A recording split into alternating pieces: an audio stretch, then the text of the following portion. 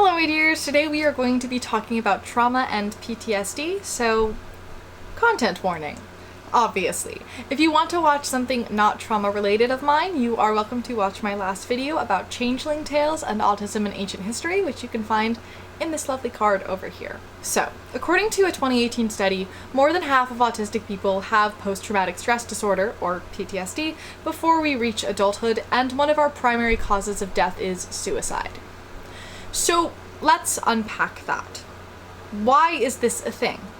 Well, to start, we are a minority, and studies have shown that minorities tend to have worse mental health because of discrimination and barriers in the way of our success. Not only that, but many autistic children are subjected to ABA therapies, which, as you can learn about in my video here, are essentially conversion therapy for autistic children and can cause a good deal of harm. Then there's the fact that, on top of being autistic and disabled, we are significantly more likely to be a member of the queer community, including being trans and gender non-conforming, which is another level of both discrimination and potentially traumatizing therapy, and for trans people often dealing with gender dysphoria, which is not fun. Autistic and neurodivergent people are also significantly more likely to end up in abusive relationships, both platonic and romantic, because we are used to feeling uncomfortable, so we don't realize when it's gone too far. We miss a lot of social cues, and in general, bullies know who the weird kid is, and they single them out, which then makes us even more desperate for friends, which then makes us even more vulnerable. There's also the cases of late diagnosed autism, like my own, growing up being told that everything you do is wrong, and you have no way to explain that you're right, you're just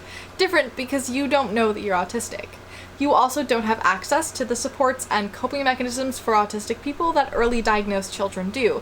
And when you do get diagnosed, your entire perception of the world completely flips upside down, and you have to cope with reliving your past through a new lens, as well as living your present life at the same time. And this all compounds from day one. Every time that we're told that a stim is embarrassing, we know that we are fundamentally embarrassing. Every time a friend randomly disappears and we have no idea why, we know that there's something wrong with us, and it continues on and on. Now, it's often said that there is no untraumatized autistic. Now you know why. People often think that PTSD is something that has to happen right after a big event. You get into a car crash, or you go to war and that causes it. But lots of little t traumas can cause a form of PTSD known as CPTSD, or complex PTSD, because it has lots of little pieces to it. And as you can tell by the first bit of this video, growing up autistic in a neurotypical world is enough to cause that. And our PTSD often manifests in dissociative disorders, which we will hear past Sydney talk about. And dissociative disorders are a branch of PTSD. So this includes maladaptive daydreaming, depersonalization derealization disorder, which is known as DPDR, that's how I'll refer to it for the rest of the video, and the DID-OSDD category. And I just want to throw in that I was taught by PhD psychologists in my early psychology classes that dissociative identity disorder isn't a real thing, and I just want to say that it very much is, and I'm friends with a lovely system, and I was actually on track to developing OSDD or DID and had to do a ton of work to make sure that that did not in fact happen. Not that it's a bad thing, I just didn't want that to happen to me, if that makes any sense.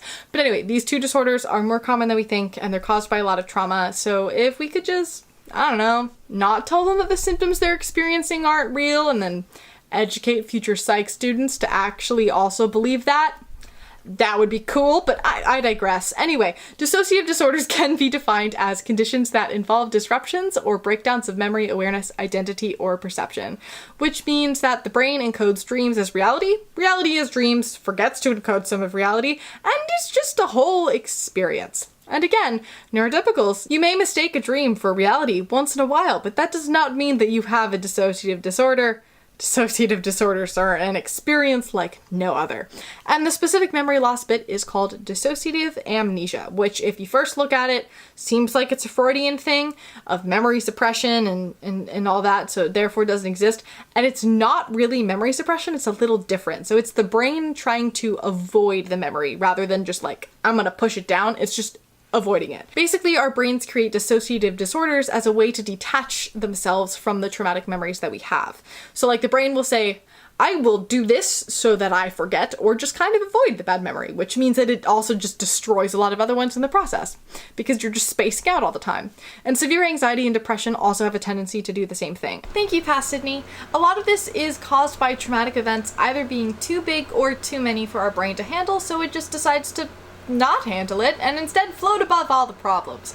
If you want to learn more about the intersection between trauma and memory loss, you can check out my memory loss video, which is over here.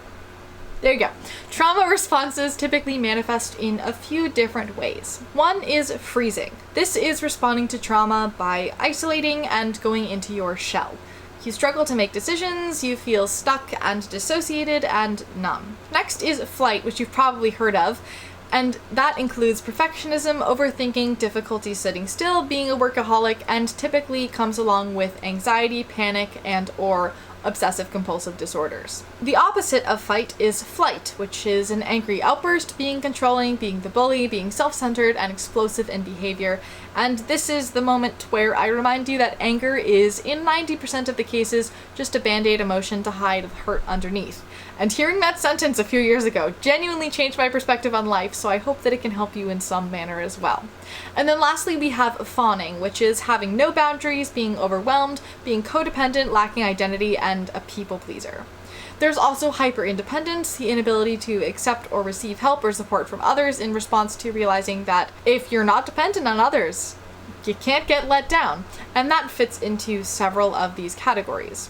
Now, PTSD as a whole is exhausting because you are constantly living in several tenses. You're shadowed by your past, which causes you to feel the need to always be a few steps ahead into the future in order to avoid being harmed, which makes the present really hard to focus on because you have just too many things happening at once in your brain, and it can be debilitating. For some people, trauma makes them stronger. They get tough and they no longer take any nonsense. For other people, they get more sensitive, and sometimes they have panic attacks after a loud toilet flush. Not that I know from experience. But many people become a mix of all of the above because nothing is ever black and white. So, how can you support us? Well, the first step is understanding how debilitating and life-changing PTSD and other trauma events can be and believing us about that trauma and what we're feeling. Even if it seems like no big deal to you, it could be a very, very big deal for us. Also, let us do what we need to cope, unless it's harmful, in which case, definitely don't. You can pivot that into something else. If you want to learn about handling meltdowns, you can check out this video over here. But that means letting us stim, letting us cry, letting us run, letting us scream, all of that. Whatever we need, please support us in that and let us be who we are. It's also important to make sure that autistic children can get screened and diagnosed early to give us access to the supports that we need. And this includes being able to go to cognitive behavioral therapy and other therapies with therapists who know how to work with autistic people. Genuinely. Not ABA. For autistic people, I highly recommend learning neurotypical social skills. Not to change who you are, you don't need to do that, but to help you to better expect what could happen and to understand where other people are coming from on that. I'm planning on starting a series in a few months or so, going through neurotypical social skills, so stay tuned for that. Also, if you are in any way an educator, I highly recommend looking into trauma-informed teaching practices because they are super important. The general gist is 5 points. First is predictability. Make a schedule, tell everybody what the schedule is and what to expect, give reminders of how much time is left, keep on that time schedule, etc. Next is flexibility. Understand that students may be dealing with trauma in different ways, both mentally and physically. Then there is connection, which is nurturing reliable, boundaried connections between people. Empowerment, which is encouraging independence and student-led work. And lastly, understanding that not everybody will be able to open up and trust you, and that's okay. There may be some category of people that they feel safe around because of trauma, and that is okay. Don't be offended. And even if you're not a teacher, it's still great to keep those things in mind for your friends and other relationships, as well as just general life. Even if they don't have diagnosable PTSD, the majority of people have some sort of traumatic thing in their life, so everybody looks through the lens of those things. When it comes down to it, everybody is simply trying their best, and that's all we can ask. You can't be perfect all the time. You're living with your own trauma, but being able to understand how yours affects yourself and how other people's traumas affect them is a really, really good step. When in doubt, be clear, concise, and kind. That's all we ask. Anyway, as always, thank you for listening. Thank you for learning. Remember, your story isn't over. It has only just begun. Please take care of yourselves.